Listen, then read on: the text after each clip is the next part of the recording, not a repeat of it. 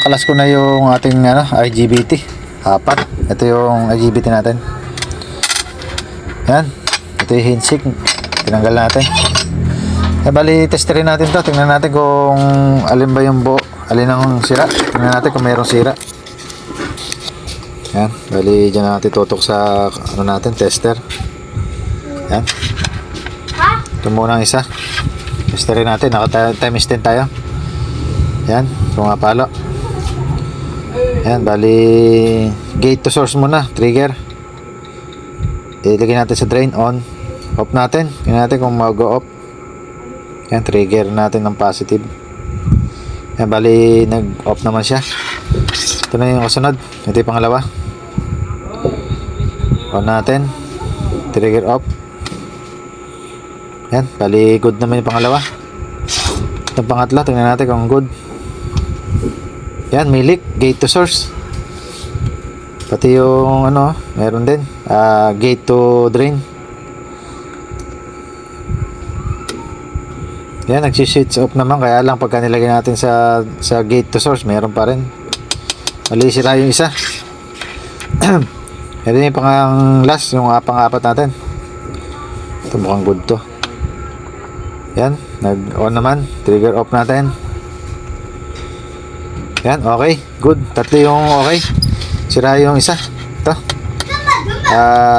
Leak. Malamang karoon ng problema ito. Yan, bali papalitan natin yung isa na yun. Ang value nito yung value nito, kung makita. 4120. Yan, 40 ampere, 1200 volts. Yan yung value niya. Tapos palitan natin yung may sira dito, yung resistor. Yan. Palitan natin yan. Tapos testing tayo kung magkakaroon to ng signal. Kakabit ko muna ng walang IGBT. Yan, tingnan natin kung magkakasupply itong natin. PWM yung IGBT driver. Ito, yung board. Tingnan natin kung tama yung signal na nilalabas dito. Kung may signal ba. Yan, bali kabit ko lang yung yung inverter side natin dito.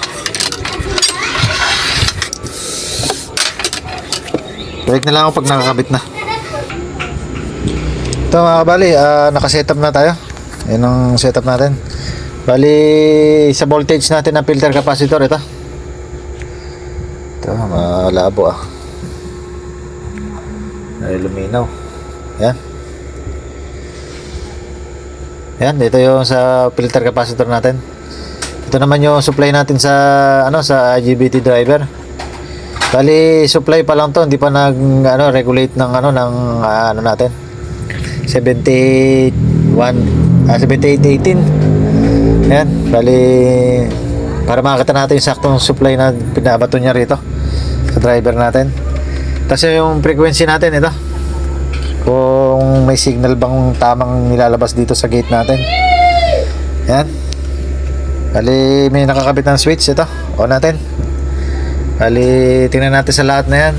Dito muna tayo sa supply ng testing natin. On ko muna. Yan, tumutunog na. Ang supply natin sa IGBT driver natin 27 volts. Bali kinukonsumo pa niya yan. Sa voltage natin sa filter capacitor ito 361. Ayan, sa signal naman natin okay naman. Bali naayos naman. Ito hinaan ko. Yan, nababago naman yung frequency nya. Yan. Okay, bali subukan ko na lang lagyan ng IGBT driver na buo. Bali yung isa may problema, leak yung isa.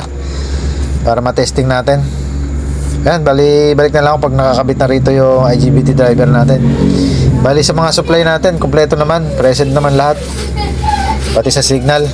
Bali ito lang ang papalitan ko diyan, yung resistor na nasusunog na to. Yan. Bali balik na lang ako pag naikabit ko na. Ito mga kabali, naikabit na natin. Pero bago natin ikinabit to, medyo nahirapan tayo kaya nagpatulong tayo kay Idol Gabriel Villanueva Pagdato. Ayan, shoutout sa iyo, Idol. Salamat sa tulong mo. Bali, ito yung mga pinalitan ko. Yung ating filter capacitor, ginawa lang natin 470 UF. Kaya masyado mataas to. 680. Tapos yung inductor, pinalitan natin ng mas malaki. E4220. 20 yung ano niya, yung kapal niya. Tapos yung ano natin, yung PWM natin, pinalitan natin. Kasi hindi match dun sa transformer natin, sumisipol. Nagkakaroon siya ng huni.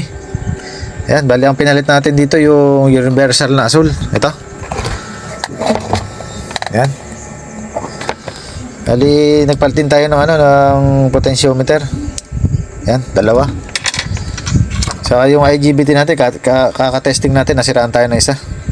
Isa lang naman. Resistor, pinalitan natin.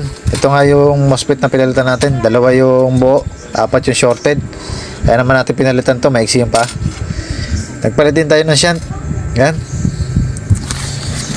Bali, ito yung loob nya. Ito lang yung mga ginalaw ko dyan. Itong potentiometer. At naglagay na rin tayo ng, ano, ng knob. Ito, yung puti na to. Tapos yung, ito nga, inductor. Naglagay din tayo ng pampalakas ng tunog. Mamaya marinig nyo kung gaano kalakas to. Ito yung shunt, pinalitan natin. Sa ano natin, dito sa IGBT driver. Ay, yung ano, sa may inverter side pala. Yan, okay na dyan ngayon. Wala na nagiging problema. Hindi na, kanina, nung inayos ko yan, ito yung nakakabit. Nag-iinit yung isang side. Tapos sumisipol pa yung ano natin. Yung ating, yung transformer natin. Transformer. Yan, bali testing na natin kung ano na yung andar niya ngayon. Kabitan ko lang ng output. Yan. Tingnan natin ang supply positive. Ito. 1K lang tayo. On ko na. Yan, 1K. Yan, lakas. Okay. Lagyan natin ang flip-flop. Bilisan natin. Ayan. Bali, kung mapapansin nyo, mahina pa yung tunog ng ano natin, inverter. Bali, pag nilalagyan natin ang load yan, saka lang tataas yung tunog, lalakas. Lagyan natin ng 2K. Ayan, lumalakas. Lagyan natin ng 3K. Ayan, maandar. Lagyan natin 4K. Ayan, lumalakas na ng todo. Lagyan na natin sa 8K load. Ayan, mas malakas yung 8K load. Ayan. Bilisan pa natin yung flip-flop. Ayan. Ganda naman ang andar niya. Bali, patayin natin yung flip-flop. Tingnan natin kung gaano yung kinakain niya sa ano, sa battery ng ano, 8K load. Bali, ito lagay ko lang dito. Ito, alok na. 61 ampere. Yan. Bali, testing na lang natin to sa ano. Testing natin sa spark testing kung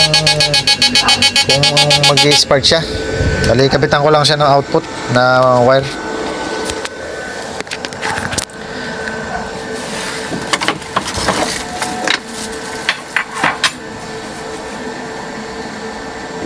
Ayos yan. Wala.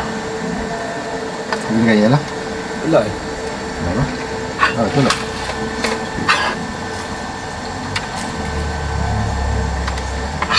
Wala? Gagawa lang.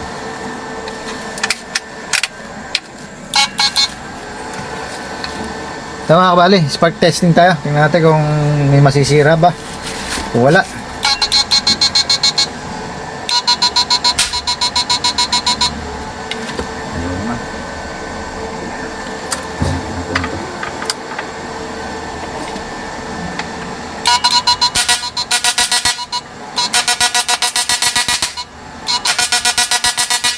Yan, ang lakas. Di naman nasisira.